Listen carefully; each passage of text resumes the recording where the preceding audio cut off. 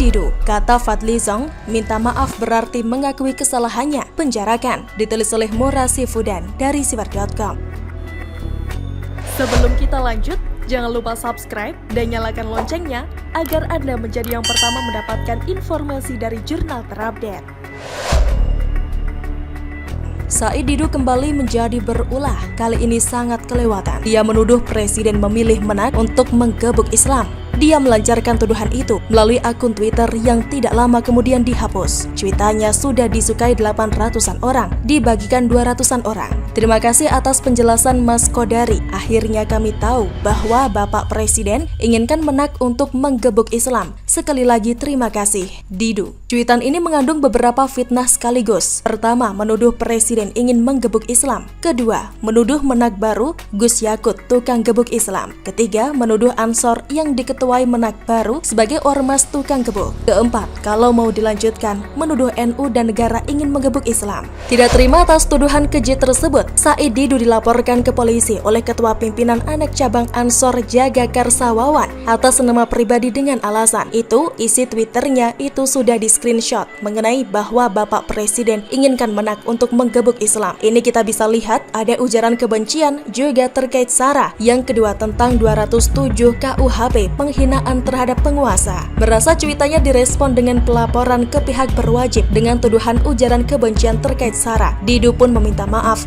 melalui akun Twitternya dan mencoba menjelaskan maksudnya dan kesalahannya sehubungan dengan adanya penafsiran terhadap mention saya yang mengomentari pernyataan Pak Kodari di yang saya baca di media bahwa Presiden butuh Menak yang keras kepada kelompok Islam tertentu. Yang saya komentari bahwa terima kasih infonya bahwa Bapak Presiden membutuhkan Menak seperti itu. Cuitan ini mencoba menyelamatkan diri dari pelintiran komentar Kodari yang menyebut kelompok Islam tertentu di mana cuitannya tidak mencantumkan kata kelompok dan tertentu, hanya Islam saja. Namanya juga berusaha menyelamatkan diri, padahal makin kelihatan niatnya untuk memelintir. Karena mention saya tersebut ditafsirkan seakan menuduh seseorang dan bermuatan SARA. Maka dalam waktu tidak terlalu lama, mention saya tersebut saya hapus demi kebaikan bersama. Saya sama sekali tidak menuduh siapapun dalam mention saya tersebut, apalagi Bapak Menak Yakut Khalil Qaumas. Berdasarkan dengan konteks pemilihan Menak baru, jelas dia sedang menuduh Presiden ingin menggebuk Islam dan Gus Yakut sebagai tukang gebuknya. Kalau tidak menuduh,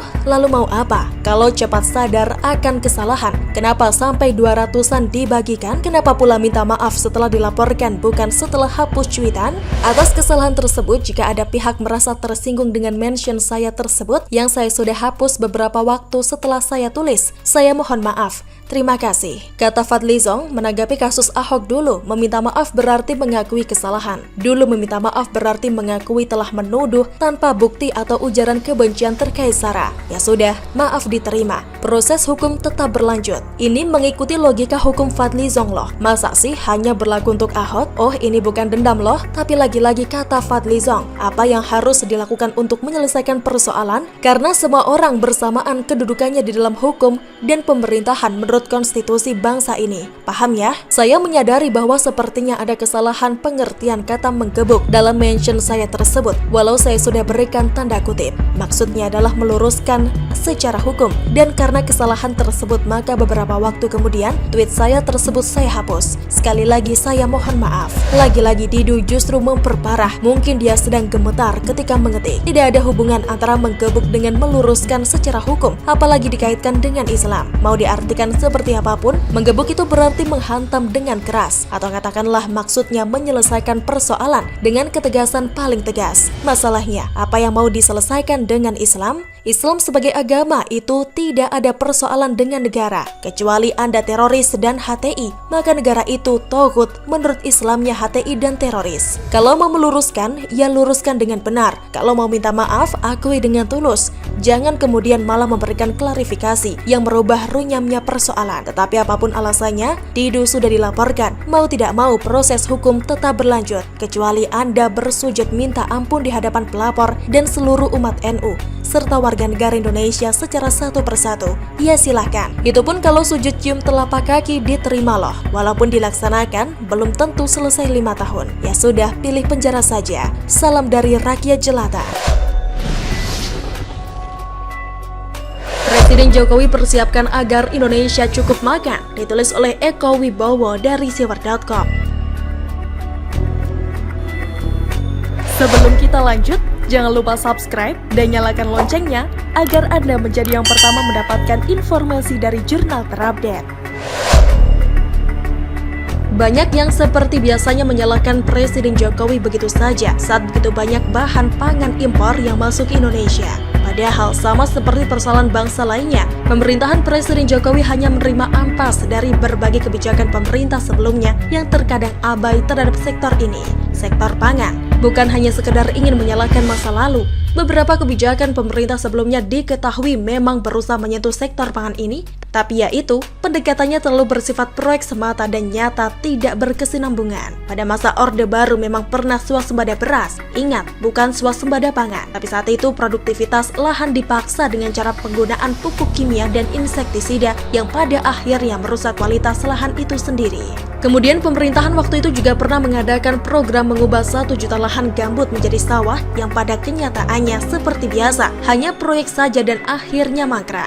Selain itu seringkali persoalan pangan menjadi sangat populis dan begitu politis. Masalah pangan menjadi bahan pidato pemikat dari panggung kampanye ke panggung kampanye selanjutnya. Sementara di belakang panggung dan lain tempat, dipastikan aliran bantuan paket sembako menjadi begitu deras dan lancar. Pada periode kedua pemerintahan Presiden Jokowi, agaknya persoalan pangan akan menjadi berbeda. Diberi penekanan, Presiden Jokowi mengebut proyek food estate. Menteri Pertahanan Prabowo Subianto mengungkap alasan Presiden Jokowi mengebut proyek food estate tersebut saat menghadiri acara virtual rapat senat terbuka di Senatalis ke-57 Fakultas Kehutanan Universitas Gadjah Mada secara virtual pada Jumat 23 Oktober 2020. Presiden Joko Widodo ingin mengembangkan pertahanan yang kuat, berdimensi holistik melalui penguatan pertahanan militer dan nirmiliter sekaligus. Itu artinya pemerintah, dalam hal ini Presiden, semakin menyadari pemenuhan hak pangan rakyat merupakan masalah strategis menyangkut jatuh bangunnya sebuah negara, ujar Prabowo Subianto. Ketua Umum Partai Gerindra itu juga menambahkan bahwa masa depan adalah masa perebutan sumber pangan. Meskipun saat ini kita memang tidak dalam suasana perang, namun banyak ahli memprediksi perang masa depan itu untuk menguasai sumber alam dan pangan. Hal ini seakan memutar kembali jarum sejarah. Bukankah kolonialisme bangsa Eropa dahulu masuk Indonesia pada awalnya untuk mencari komoditas pangan,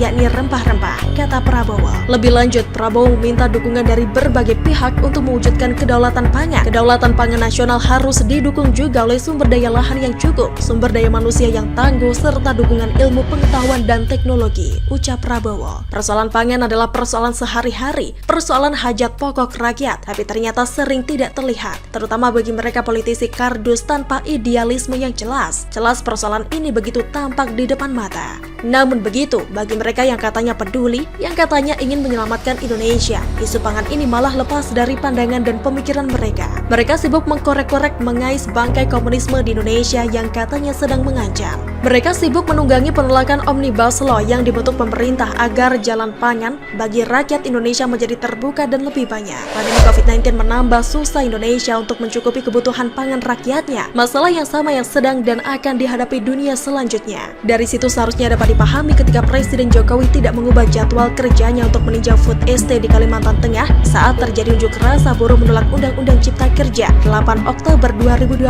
yang lalu, yang bahkan oleh para penyinyirnya saat itu Presiden Jokowi dianggap kabur. Jelas karena masalah pangan begitu sangat penting, menyangkut masalah pokok seluruh rakyatnya dan terkait dengan keberlangsungan Indonesia di masa mendatang. Nah, sekarang menjadi lebih jelas siapa negarawan yang memikirkan rakyatnya dan siapa yang tidak bisa melihat masalah yang begitu besar dan mendesak, juga tidak siap dengan segala solusinya, yang kemudian malah hanya mencari-cari masalah lain yang tidak begitu penting untuk sekedar eksis demi pencitraan dan mencari modal hanya demi meraih kekuasaan per 5 tahunan. Kini bisa dipahami kenapa terkadang Presiden Jokowi terkesan begitu keras kepala. Bagaimana menurut Anda? Silahkan tulis komentar di kolom komentar. Jangan lupa untuk like, subscribe, dan share. Arkana pamit, sampai jumpa.